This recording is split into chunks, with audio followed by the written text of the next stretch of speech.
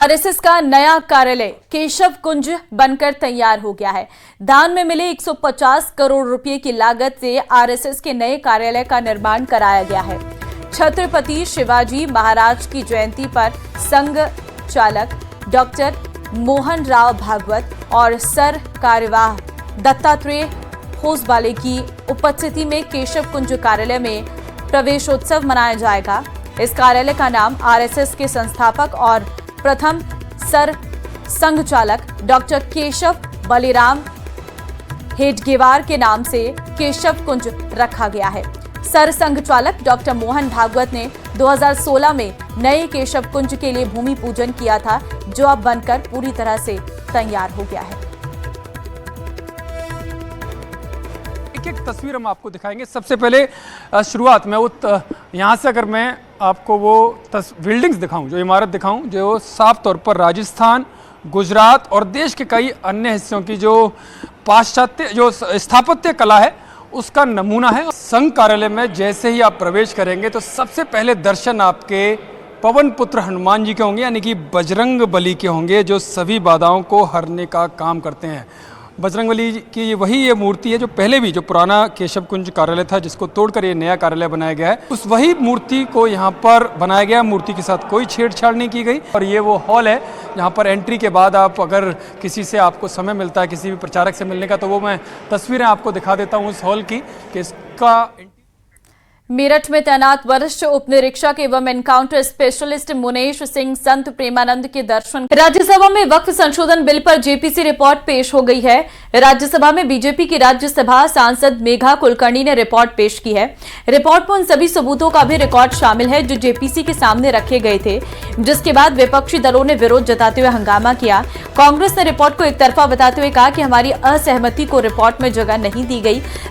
विपक्षी सांसदों का कहना है कि रिपोर्ट में हमारे डिसेंट नोट को नहीं रखा गया है। और कांग्रेस के राष्ट्रीय अध्यक्ष मल्लिकार्जुन खड़गे ने जेपीसी की रिपोर्ट को फर्जी बताते हुए कहा कि वो इस रिपोर्ट को नहीं मानेंगे। उन्होंने इस रिपोर्ट को असंवैधानिक और अलोकतांत्रिक करार दिया है।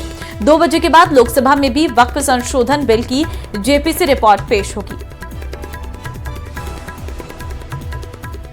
मुझे दुख है ये बताते हुए और खेद है कि आपके बारंबार रिक्वेस्ट के बाद, in spite of your repeated request that the house should come to order so that at least राष्ट्रपति जी, महामहिम राष्ट्रपति द्रौपदी मुर्मू जी की मैसेज संदेश वह इस हाउस को सही वातावरण में यहाँ पर आप उसको रख सकें। लेकिन विपक्ष ने जिस तरीके की भूमिका अदा की है वो बहुत ही गैर जिम्मेदाराना है, इररिस्पॉन्सिबल है, और इसकी जितनी भी निंदा की जाए वो कम है।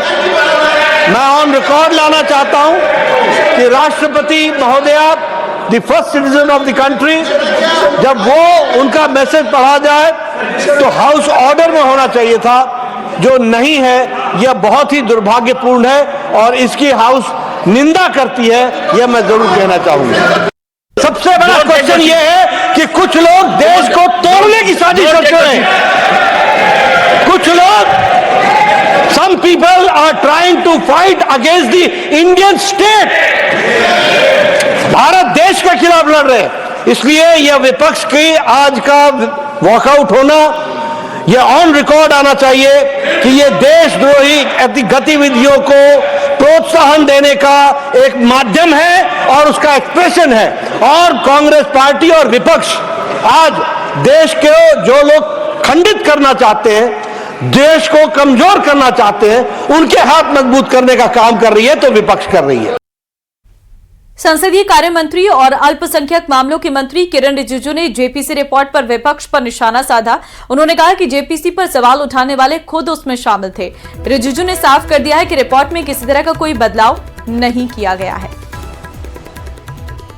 Read the report and then raise any issue at the time when the bill is reintroduced again by the government. Right now, JPC report has been tabled. What is there to make such a hue cry about this table, which is a procedure? It is a normal procedure. most of them, those who are raising issues are also members in JPC. They are discrediting their own efforts. Sanjay Singh ji, आप तो खुद member हैं, हाँ, तो खुद member है JPC में, अपना रिपोर्ट का विरोध कर रही है। जब जेपीसी का रिपोर्ट टेबल होता है, अगर उसमें कोई खामियां हैं, वो इसका रिकॉर्ड्स को भी आपने कहा है कि कुछ अगर मेंबर को रेज करना है तो वो अपने रूल के हिसाब से कर सकते हैं। नॉर्मली जेपीसी रिपोर्ट के समय में चर्चा नहीं होती है, चर्चा का समय बाद में आएगा, उसके लिए मुझे अभी बताने का जरूरत नहीं है। मैंने कैटेगरिकली ये बात को बताया कि जब जेपीसी का रिपोर्ट टेबल हुआ तो यहाँ हमारे कुछ सदस्यों ने इसको कुछ ऑब्जेक्शन किया कि कुछ पार्ट शायद काट दिया गया ऐसे करके। मैं बाहर में गया, मैं चेयरमैन साहब से बात किया और सुनो, आप सुनो, तो ये क्या बात कर, आप लोगों ने कहा तो सर, अगर सर, मैं ये कहना चाहता हूं, मैंने बाहर में कंफर्म किया, चेयरमैन साहब से भी मैंने अभी भी कंफर्म किया, सेक्रेटरिएट से, रूल के मुताबिक जेपीसी रिपोर्ट पूरा का पूरा प्लस एनेक्शियर को भी कोई बिना संशोधन के काटा काटी नहीं करके टेबल किया गया है, ये क्लियर है। उसके बाद भी अगर इन लोगों का कुछ शिकायत है तो ये कोई तरीका नहीं होता है यहाँ में हंगामा करके। आज तो चर्चा का विषय नहीं है सर, आज तो रिपोर्ट को हम लोग को अध्ययन करने का एक जरिया होता है, वो जो सिस्टम